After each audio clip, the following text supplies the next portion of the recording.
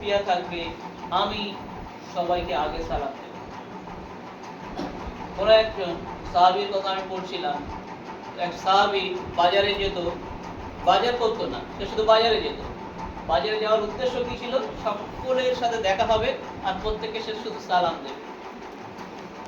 তো একজন ধরে বলছে, আচ্ছা হুজুর আপনি তো কিছুই কেনেন না বাজারে, অথচ বাজারে আসেন, বাজার ঘুরে ঘুরে দেখে চলে যান, তাহলে আপনি বাজারে আসেন কেন? বলছে, আরে আমি বাজারে আসি কিনতে না তো, আমি বাজারে আসি একটা সওদা করতে, সেই সওদাটা আলাদা সওদা।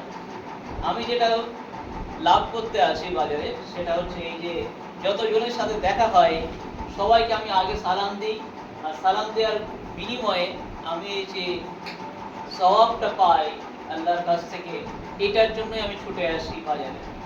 বাজার আমার কাছে সওয়াব কুড়ানোর জায়গা।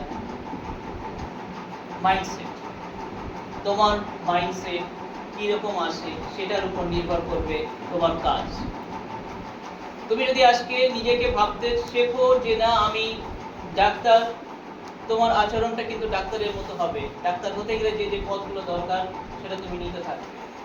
তোমার যদি আজকে মনে হয় যে না আমি একজন প্রফেসর হব, তাহলে তোমার মাথায় সেই অনুযায়ী কাজ করতে থাকবে।